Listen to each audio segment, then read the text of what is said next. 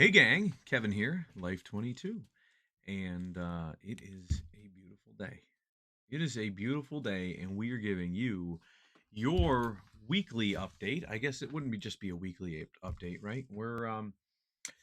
So I'm trying to do one of these every day, right? It's keeping you up on news and other things like that. Trying to give you a couple reels a day, things like so, and satiate all the listeners out there.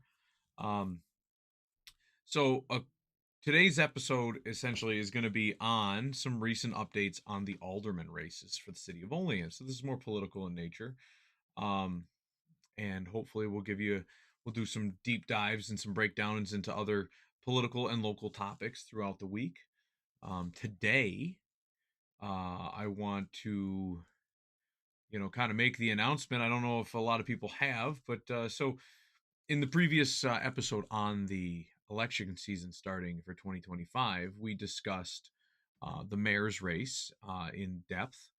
Um, and while we let all those candidates go door to door and pass their petitions, I figured we focus on the alderman races. And the alderman races have kind of been, shall I say, not really talked about. Like there might have been a news article from, I think one of the stations um,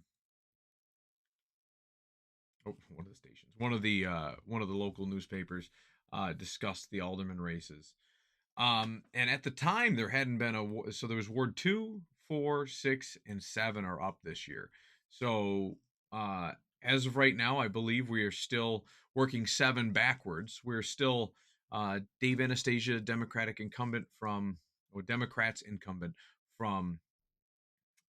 7. And I don't believe the Republicans have put out anybody.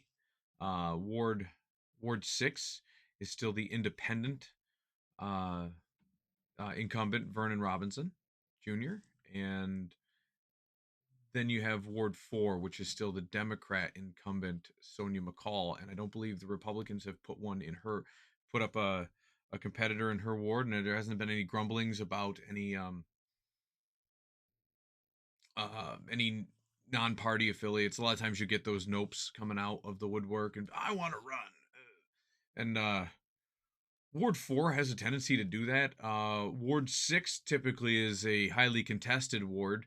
It has in the past, right? But not as of the last couple of years. I mean, the last race in 6, where you had Nick Peterson. I don't know if he's coming out of the woodwork again this time for another rematch. I believe this would be his third time if he did come out. Um, and then Ward 2 had no contenders from either side up until this past weekend. And this past weekend we had a really good one come out. Now I know that I know there was a I got a so Alderman Jason Panis is no longer he'll ride out the rest of his term, and so as of December 31st of 2025 he will be the alderman, and then after that date he will no longer be that be the alderman for that ward, as he's just going to allow his term to retire or expire. And I got a call from him. He had somebody looking for how to, because I'm the information base, right? So people call me all the time. How do I run for alderman, right?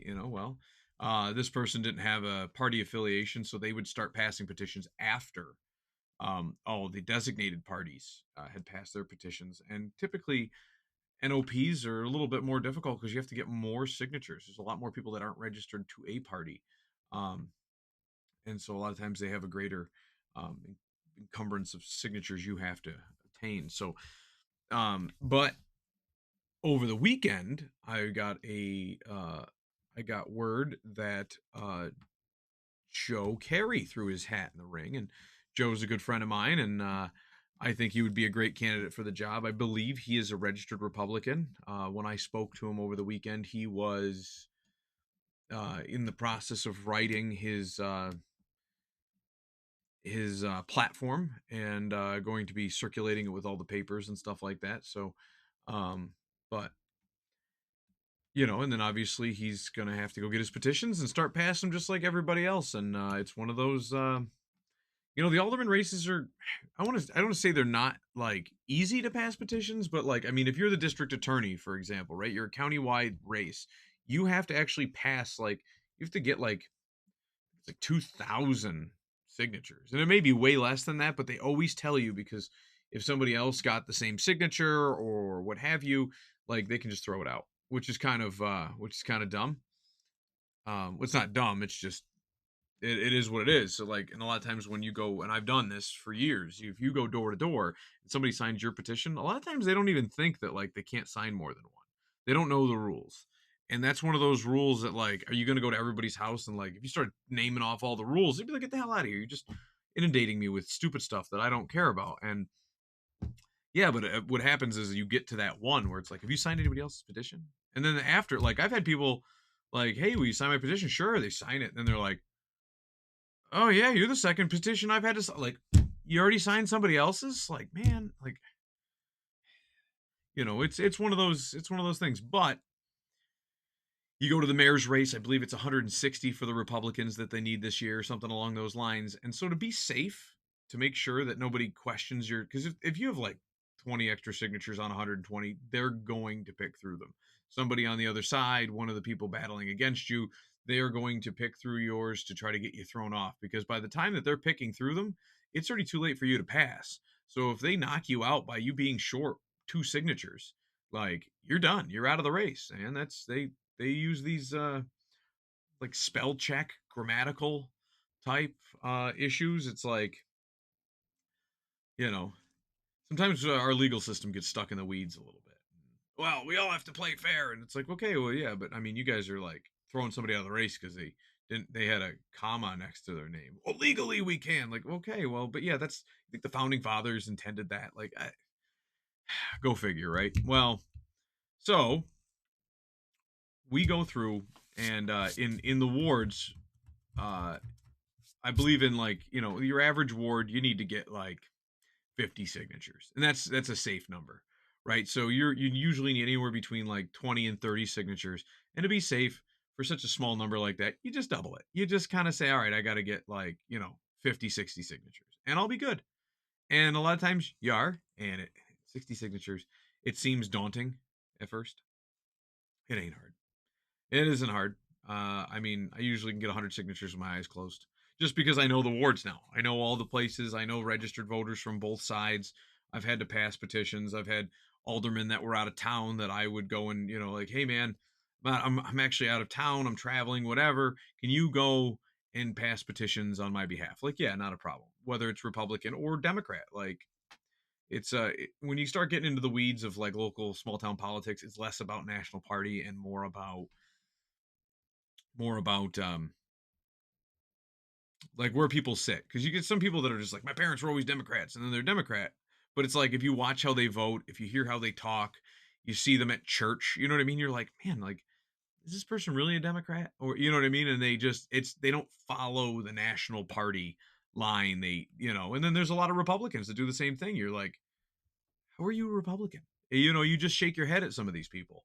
um But yeah, and then also obviously, COVID did a number on notaries. So I'm a notary, and so I can go door to door for other parties. Because when you're passing petitions, you have to be a member of that party, or you have to be in.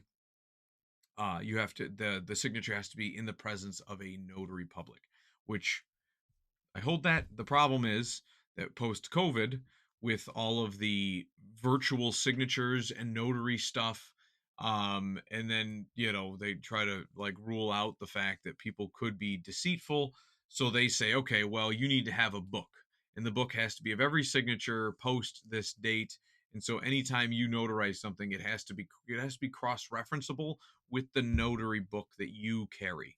So if you notarize someone's thing, a lot of times like you have to keep a log, like who was it, what was their ID, do you know them personally, have you seen their ID before, do you know who they are? So it makes passing petitions, if you're a notary, a lot more cumbersome. So this gives you a little insight. I'm sure most of you are like, this is boring as shit, but those are just the different things. So I applaud Joe for stepping up. I know Ward 2 is from what I've seen in the city, like ever since I've been in politics, it's always been a Republican ward. And so I believe Joe is a registered Republican. And I think Joe would do a good job. Joe is very qualified. Um, he's always helping out the community. He's very involved in the VFW. I know the American Legion. He's gonna yell at me because it's American Legion, not the VFW, or he's gonna yell at me because I think it's now the American Legion. It's probably the VFW. Um, but and then most people know Joe's wife, Claudia Tard. She's a fan favorite. A lot of people love Claudia. Um, unless you're a lawyer. A lot of lawyers, they're on the fence. A lot of lawyers are always on the fence about realtors, right? So like realtors hate lawyers, lawyers hate realtors. And then, you get one lawyer that uses a realtor they love, and you get another lawyer that uses a realtor, or will refuse to use a realtor because they had one bad experience or whatever. But for the most part, my pulse on things. Claudia is always also a good friend of mine, and she's always a hoot. So it'll be good to see, um it'll be good to see Joe uh hitting the pavement and knocking on doors and getting out there and stirring his ward up again, because when it everybody needs a good stirring sometimes. Like when your ward doesn't have any candidates coming forward at first, it's like, okay, someone's not home, so I'm pound on some doors and wake people up, and that's kind of reminding people that this is still something we have to do.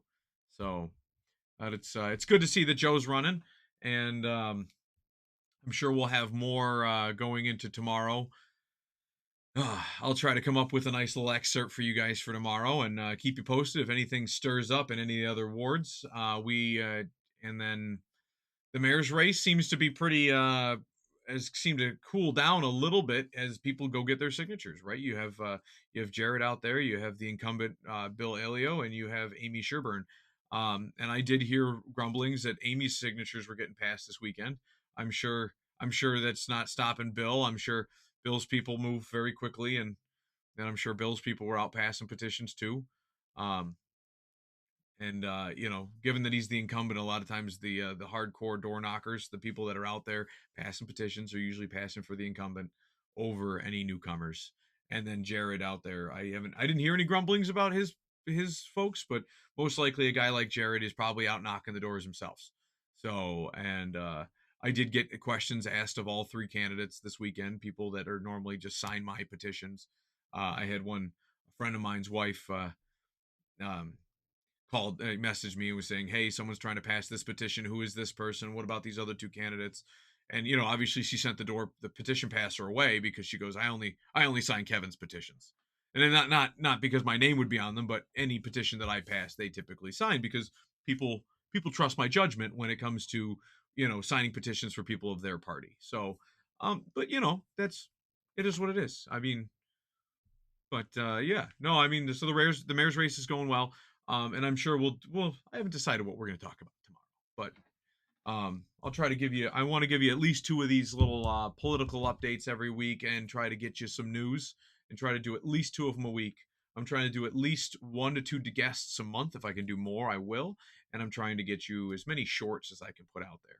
Not shorts like pants, but shorts like short cut reel videos, the things you would see on YouTube or on TikTok. So for those videos out there, and those of you out there in audio land, um, just you know, you'll have to get off your audio app to look at the shorts. But that aside, and actually, a little while ago, we just confirmed our one of our guests. I don't know if it'll be our next guest, but she is a fan favorite. It is Della Moore. She'll be coming on the show next Tuesday at 4:30 p.m. I can't guarantee the video will be out by then, but so anytime after that time, unless something catastrophic happens where we have to postpone or something like that, you can expect to see everyone's favorite and lovely lady, Miss Della Moore, on the show next Tuesday, the 11th, so a week from tomorrow at 4:30 p.m.